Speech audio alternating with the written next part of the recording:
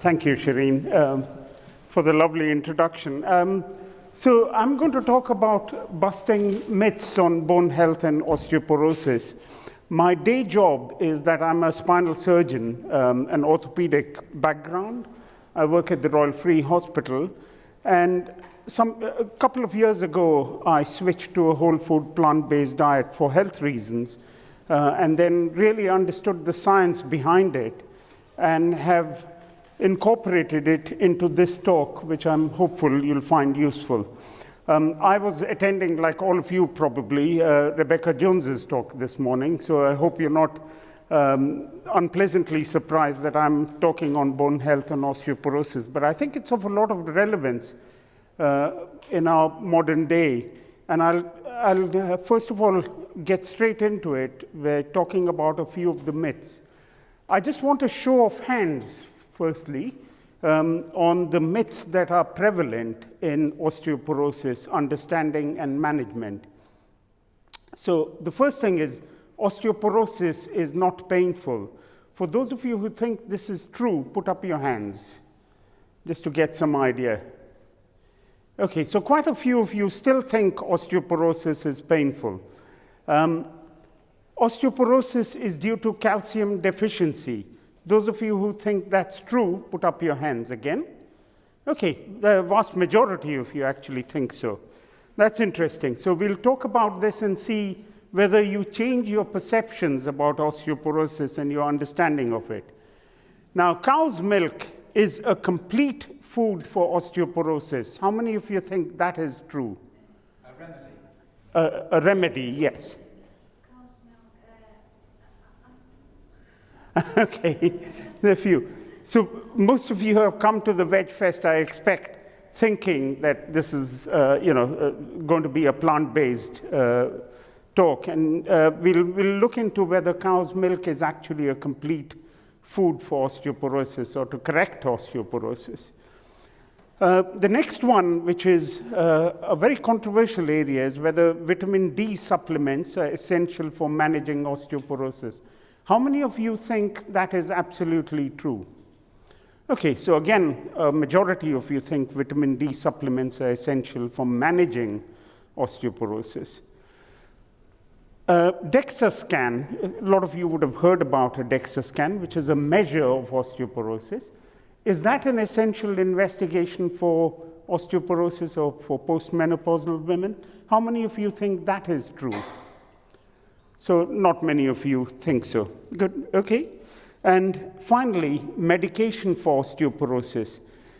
Does that work well to correct osteoporosis? How many of you think that is true and are taking medication for osteoporosis? Don't see too many elderly people in the audience. It's a bit of a shame because I was hoping it would be relevant. Only youngsters have come in, but a lot of people believe in osteoporosis sticking to the disease model. In other words, the disease model, what I mean by that is, if you have an infection, you correct it by taking an antibiotic, a genuine infection. That model doesn't work so well for osteoporosis, which I will go on to tell you is a lifestyle disorder. And it's a chronic disorder, like a lot of chronic illnesses that were talked about yesterday, cancer being one of them. And therefore, a tablet may not necessarily correct osteoporosis, but we look at all these myths. So another big myth is that bone is dead tissue. So a lot of us seem to think that bone, as we see it, is almost like a skeleton in a cupboard. And most people seem to have that impression that bone is dead tissue. So it's really a false impression, because bone has actually a very rich vascular supply.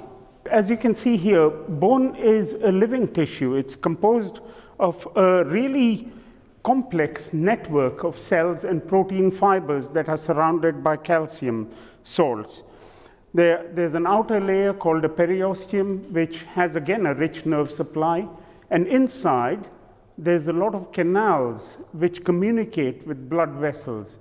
And the reason for all this is that bone is involved in calcium metabolism. So in other words, it maintains your calcium level within a very narrow range in your blood. And for that, it has to be connected to blood vessels.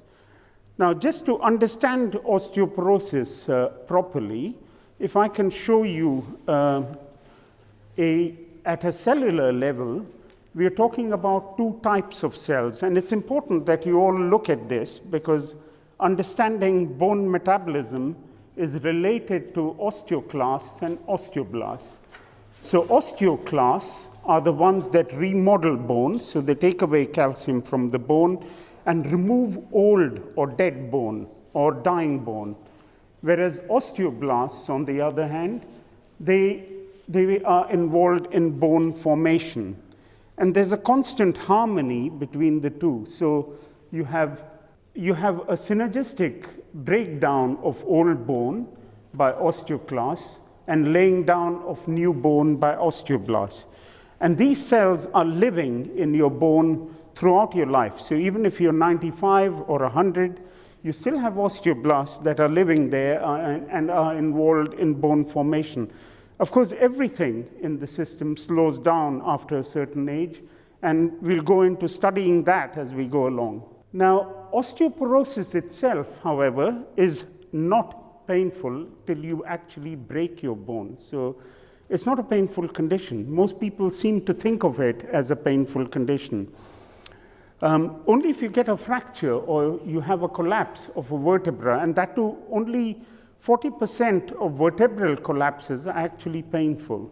So it's important to understand that a lot of spinal vertebral collapse due to osteoporosis may be completely without symptoms. So you may have a collapse there, and that is not uncommon at all. And you can only pick it up by seeing a height reduction. So if you see your granny is becoming shorter and she tells you she's becoming shorter, she's probably getting the consequences of osteoporosis by having a silent collapse of the bone, as you can see on this. Instead of a square-shaped vertebra, you have a wedge-shaped vertebra there, so it's crushed down. And you get a rounding of the back. People get a little bit of a kyphosis, as we call it. And this, in fact, results in bigger problems because the center of gravity falls ahead of the person, and this leads to further falls, which causes further fractures and worsens the degree of kyphosis or curvature. Now, the reason we seem to think osteoporosis is painful is we confuse it with another orthopedic term, osteoarthritis. Osteoarthritis, quite simply, is bone-on-bone contact because of the loss of articular cartilage. So you get erosions on the surface of a joint, and as a result, you get bone-on-bone contact, which can be extremely painful. So people confuse the two terms regularly and think osteoporosis is painful. Now, why are we actually worried about this? Ours is an aging population, as you know, in the UK. So we get 300,000 hip fractures in the United Kingdom. And as you probably know, all of them require surgery.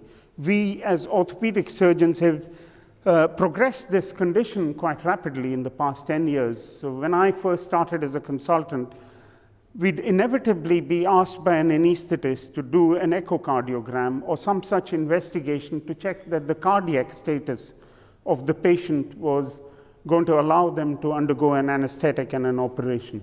Nowadays, we inevitably end up operating on everybody within 24 hours, unless they're so sick that it would be almost certain that they would die under an anesthetic.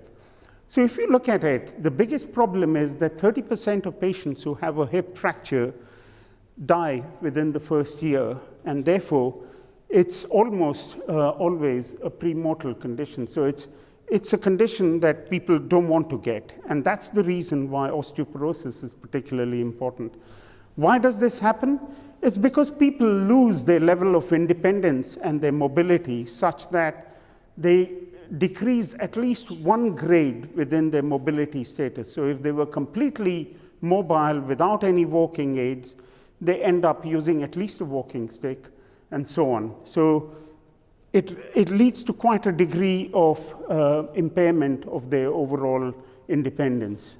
Now, if you look at our society, it's a sedentary society, unfortunately. So even as children, we sit down for breakfast, we go to work, and we sit down in a train or in a car. At work, we often stooped over a computer, and we're doing very little. And we've evolved, remember, from a foraging society which used to go out, hunt for food, or look for berries and food to eat.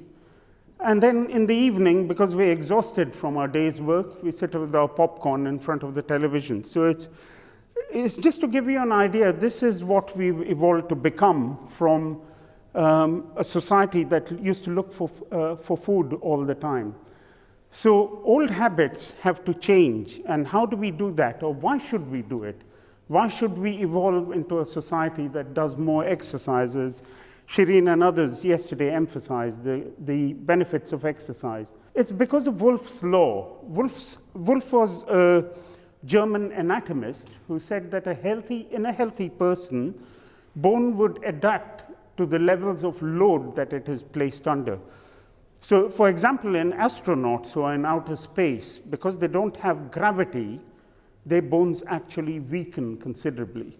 Whereas if you load bone, it becomes stronger.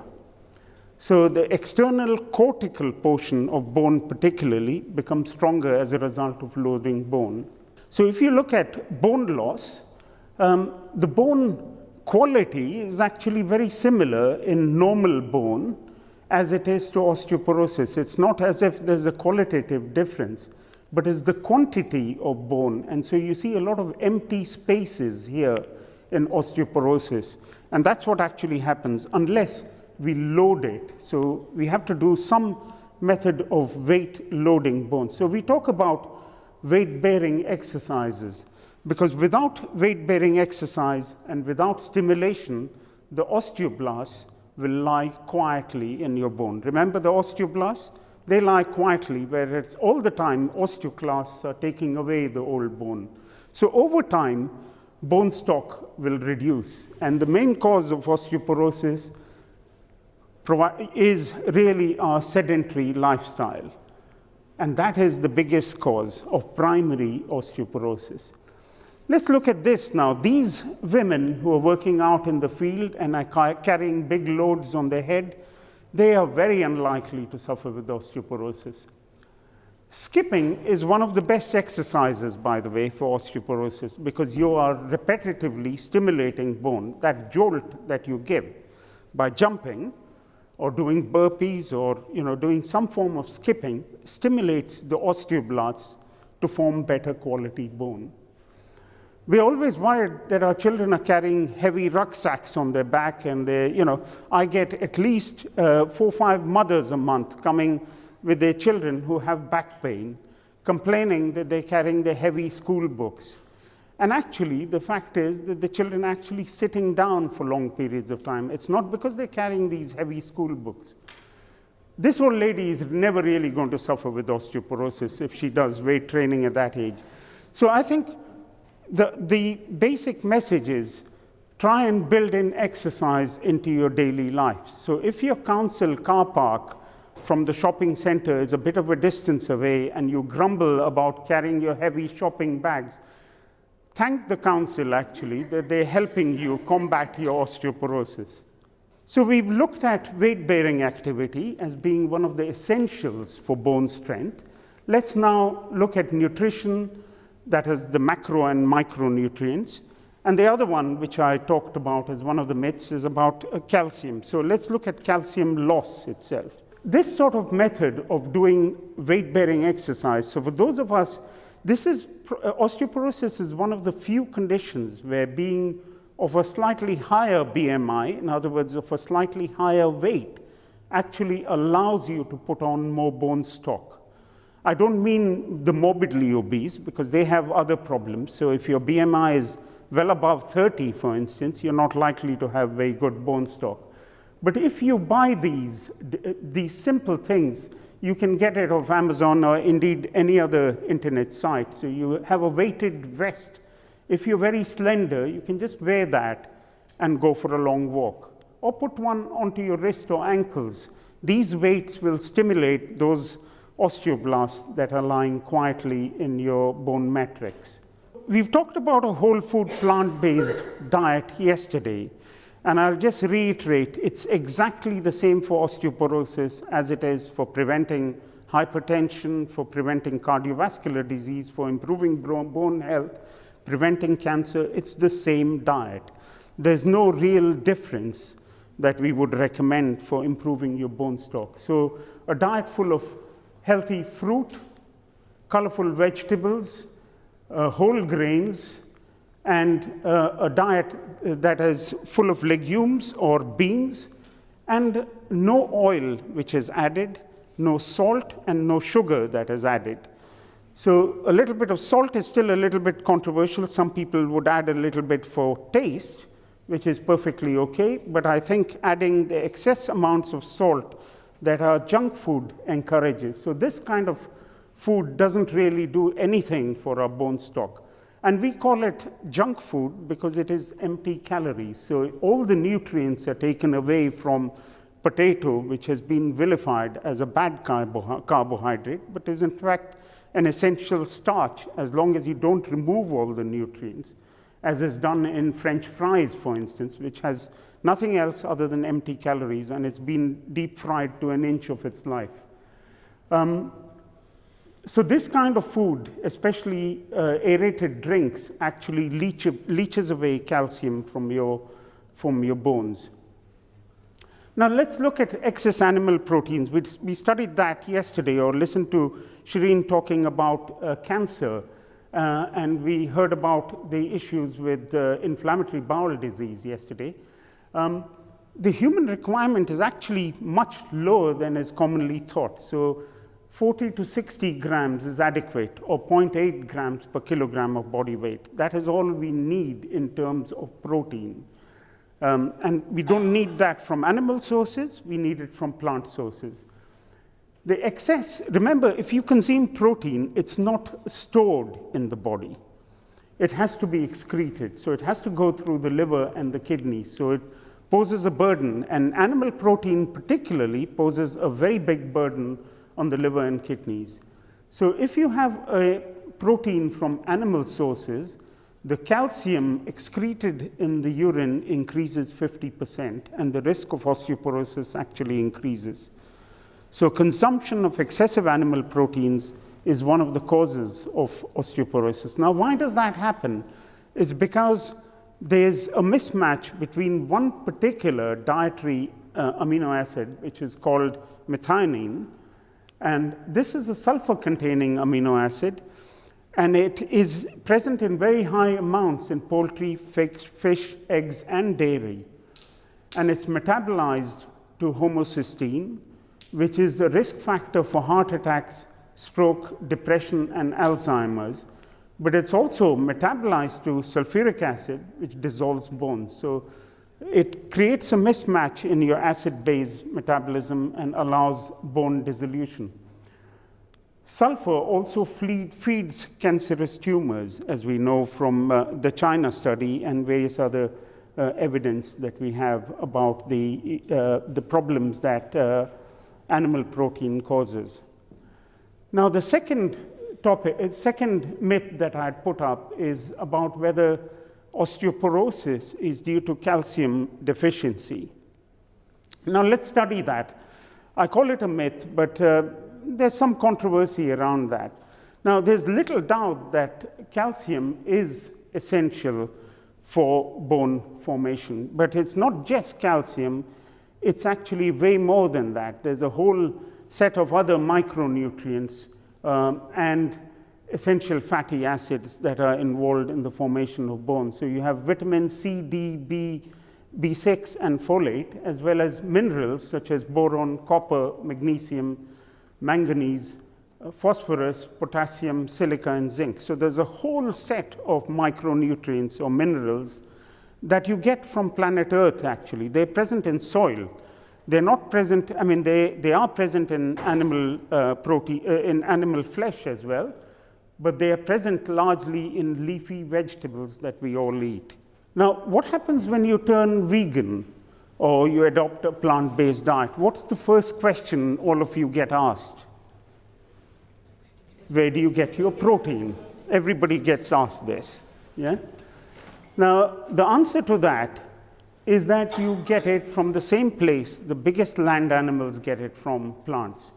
You get it from plants. You get it as giraffes, elephants, the rhinoceros, the hippopotamus, and the gorilla get it from. The second question that you get asked inevitably is, where do you get your calcium from? And everybody, the moment you tell them a vegan diet, because most people don't know what it is, so if you tell them you don't have milk or a dairy product, they say, where do you get your calcium from? So where do you get your calcium from? Again, you get it from plants, which get it from earth. You know, it's like this meerkat asking a huge gorilla, no meat? Are you sure you're getting enough protein? So it's exactly the same question that a lot of vegans have to answer. Now, calcium deficiency is a very controversial area. So people have asked the question, does a dietary deficiency ever occur? Now, if you eat a junk food diet, you could possibly get that. Even as a junk food vegan, you could get it. But a WHO panel which sat down to look at a definite amount of calcium to prescribe didn't really come up with a definite amount. Now, UK Public Health puts it at around 1,000, between 1,000 and 1,200, I think. But it really comes from dirt. It comes from soil. And the cow gets it from the same sources we all should, so that is plants. So we should just cut out the middle moo and go to the straight to the plants. Now, a study about Bantu women, and this is there in literature, they consume no dairy products, and they take in about 250 to 400 milligram calcium per day. So it's a very minimal intake, really. They often have 10 children, and they breastfeed for 10 months. So throughout their reproductive cycle, they're actually having things that give away calcium from their bones. So you would expect them to have osteoporosis, but it's unheard of in that society. So Bantu women don't get it. Now, let's look at the other thing. What about dairy and calcium? So this calcium propaganda is one of the biggest things that the dairy industry has done. So if you look at it, America, where we get a lot of our sources of this sort of propaganda, it's a $100 billion industry in America. And about $212 million is spent on advertising dairy. So cow's milk is rich in calcium. It's also a rich source of protein. And remember the cancer risk as per the China study. So if you have a higher source of calcium, of protein, animal protein in particular, you're more prone to getting cancers. So overall, milk is likely to promote a negative calcium balance because of methionine and the acids that it has. So what about plant sources of calcium? So if you look at plant-based milks, so you can get milk from a variety of sources, as you've all seen. If you buy the organic variants, some of them don't have any added calcium or vitamin D. Now, because we live in a country where we don't see much sunlight, really between the months of October to around February, March, a lot of our vitamin D is actually synthesized by us in our skin from cholesterol. So it's worth saying that for all of us, if we are switching to milk, just look at the milks that have a little bit of added calcium and vitamin D, and that should be enough to tide you through those winter months. Some people would say that if you're vegan or you have a plant-based diet, during the winter months, it's worth adding or supplementing your vitamin D. Now, foods that contain it in the plant-based sources, you have a variety of foods. Some of them, for instance, spinach, calcium can be bound to oxalates, which are an anti-nutrient that is present in spinach. So if you add lemon juice and make it a little more acidic, the calcium becomes available to you from that. So These are all plant-rich sources of calcium. One of the other big problems is calcium thieves. So we tend to lose calcium through our urine because of overconsumption of salt, sugar, cola drinks, alcohol, and coffee, as well as smoking and foods of animal origin, as well as stress and cortisol secretion. So all these result in a loss of calcium. There's a big problem, as we heard of yesterday, about supplements in general. So if you look at calcium supplements, there was a big meta-analysis of trials with over 12,000 participants. So if you add calcium to your diet, if you take it as supplements, in other words, just as tablets, there's a higher rate of heart attacks. So 30% of people can develop heart attacks because the calcium just goes straight to your vascular endothelium and results in calcification and clotting. And this was published in our recent British Journal of Medicine. Let's look at the next sort of myth about whether cow's milk is a complete food for osteoporosis. Now, remember, it's high in protein, and it's a definite risk factor for breast and prostate cancer. If you look at it, it has a very high IGF-1. It's very inflammatory and actually promotes cancer. Milk is a complete food for a calf to grow from a 30-kilogram calf into a 300-kilogram cow. But it has these factors that make it very unsuitable for human consumption. Dr. John McDougall reviewed 57 studies in a book that he's written about the starch solution. And he said that in these 57 studies, 57% of the studies showed no benefit from dairy, only 29% showed a benefit, and 14% were actually harmed. And these studies included a lot of studies that were published by the dairy industry, actually, or promoted by the dairy industry. So you can imagine that the truth is a little bit further away from that. So in postmenopausal women, we know that they get more bone loss, and soya milk may protect against it. So if you look at dairy consumption in various countries, in the Nordic countries, so Finland, Sweden, Norway, etc., they have a much higher consumption of dairy products. Their rate of fracture-neck femur increases as they go for a higher dairy consumption. Let's look at vitamin D supplements and see whether this is essential for managing osteoporosis. So I just have a little bit of a caution about supplements in general. Nature is really quite smart, as Colin Campbell says. So the concept of holism has to be taken in. So if you look at plant-based foods, Dr. Colin Campbell describes it beautifully as the phytonutrients are like as if it's in a symphony. So they act synergistically together with a whole lot of factors. So if you look at the reductionist theory, namely you can put something inside a pill, it doesn't quite work. So if you look at people understood that, for instance, lung cancer behaves differently in people who eat a lot of carrots.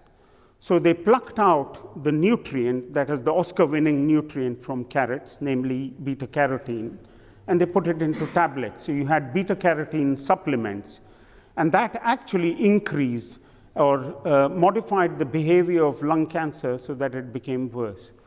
So it's a caution. Try and eat it in the whole food rather than in the form of a supplement.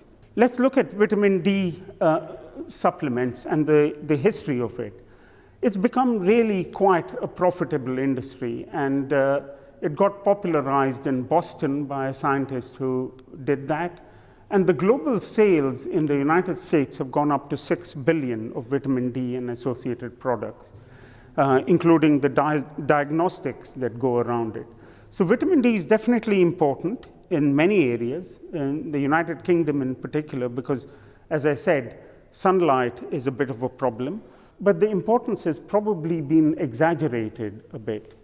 So if you look at the benefits of vitamin D, it reduces inflammation, it reduces autoimmune disorders, it improves brain function, it reduces cancer cell growth, There's a beneficial effect on immunity. It also enhances mood and sleep and reduces risk of heart disease. So all this is touted, but unfortunately, it's by people who are making supplements. But it's true.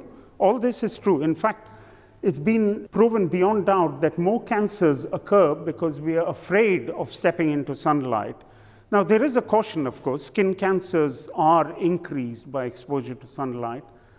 But the number of cancers that occur as a result of people being afraid of stepping into the sunshine is probably much more than the incidence of skin cancer. So if you look at UV light, there's one particular type of UV rays, so UVB light, which in the United Kingdom is around lunchtime or midday. And remember, if you sit inside a car and allow the rays to come onto your skin, the UV light is filtered out, so you don't actually get the benefit. You actually have to expose your back and neck, ideally.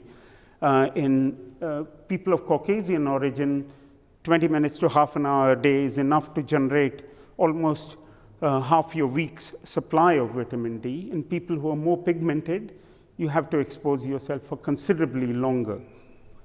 So this just gives you an idea of sunshine exposure. Now, is a DEXA scan essential to manage osteoporosis?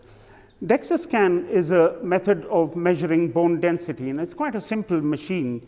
You lie in front of it, and it measures it in 3 different areas and gives you a number. Now, that number gives you, so you get a T-score. In other words, you get a number that is, either -1, so you're comparing it to race and sex-matched individuals at a younger age, at the optimal age, which is 30. 30 is when our bone mineral density actually maximizes. So if you have a figure that comes out between -1 and 2.5, we call it osteopenia. And if we are below -2.5, it's called osteoporosis. And you often get a graph that looks something like this. Now, remember one thing, osteopenia is not a disease. It just means your bone density is a little bit lower. Remember always that your osteoblasts are still sitting there waiting to be stimulated. So if you have osteopenia, do what has caused, deal with the problem, namely the fact that you haven't stimulated your osteoblasts. So do weight-bearing exercise, and that will stimulate your osteoblasts and generate new bone. So if you look at age and how the bone behaves, so in women, there's definitely a loss around the time of menopause. So around 50 years of age, you get a reduction in bone stock. Your maximum bone strength is between 30 and 40. So even if you haven't been particularly active as a teenager, you can generate a greater bone stock at that age again. Men are more protected because we don't really have a problem. Our androgens allow for bone mass formation to stay there. So if you look at risk factors, these are the various risk factors, but primary amongst them is a sedentary lifestyle. So as you can see, the history of a prior fracture, being thin or too skinny, smoking, alcohol abuse, all these are risk factors in having a lower bone stock, as are these conditions. So if you have steroids for rheumatoid arthritis or inflammatory bowel disease, or you suffer from any other condition that requires medication constantly, then our bone stock will decrease. One of the important things in managing osteoporosis is to prevent falls, because falls can result in a fracture of the hip or a fracture of the spine that results in big problems. So it's important to review medication regularly for blood pressure, to correct eyesight, and to look at the home environment to prevent falls. But primary amongst these, as I said earlier, is to activate your osteoblasts, to do regular exercise. One of the big problems in elderly is the fact that we get sarcopenia, or the loss of muscle. And it's important to do weight training in addition to the 150 minutes that we say is necessary for cardiovascular health. Finally, I just want to talk a little bit about medication and whether it works well and has no risk. Now, we've talked about vitamin D and calcium, and a little bit about the conditions that cause these disorders, such as anorexia. I just wanted to touch upon bisphosphonate, which is a very popular drug that is used in postmenopausal women. Now, it's a drug that actually inhibits your osteoclast formation. So it prevents the activity of osteoclasts. So one would think it's a good thing. It stops bone from going away. Now, actually, all it does is it makes your bone look denser on a DEXA scan. So you get pleased that you can see a number that's actually improving. But what it does is it makes your bone more brittle. And nobody will tell you, your doctors will usually prescribe a drug more happily than tell you you've got to change your lifestyle, namely do more exercise, especially weight-bearing exercise. It also has a horrible complication called osteonecrosis, where the jaw can die as a result of blood supply lack, and you get loose teeth, and your teeth literally fall out. So it's got serious problems. Now, what if you do actually end up getting a fracture from osteoporosis? One of the earliest fractures that people get is a fracture of the wrist, and that should warn them that they need to mend their ways and improve their lifestyle a bit. Once you get these fractures, it's unfortunate, but it's often a spiral downward. So I spend a lot of my time dealing with these kind of fractures, which are hip fractures. So this is an intracapsular fracture, and we often have to put in a hip joint so that people can walk. And this is a fracture which is called an extracapsular fracture. So it's actually a shaft fracture of the femur, where we fix it with a screw and a nail device. But it does reduce your mobility considerably after this, as I said, 30% mortality within the first year. The other bit of my life, my day job, I deal a lot with spinal deformity as a result of osteoporosis. Now, as I said to you, 60% of people who have these fractures don't actually get symptoms. But you can imagine somebody who's as bent over as this lady here will have a decrease in appetite. Her mobility will go for a 6 because, in fact, her center of gravity is way ahead of her. So she may have frequent falls as a result of it. And they come up sometimes with this kind of a fracture, where you can see that the shape of the vertebra has changed from this shape to a wedge shape. And we have to sometimes do what seems like a clever little operation of going in percutaneously and putting what we call a spine jack. So this is a correction of the vertebra to its original shape. But we also have to put in bone cement so that we strengthen the bone and prevent it from refracturing or getting squashed down further.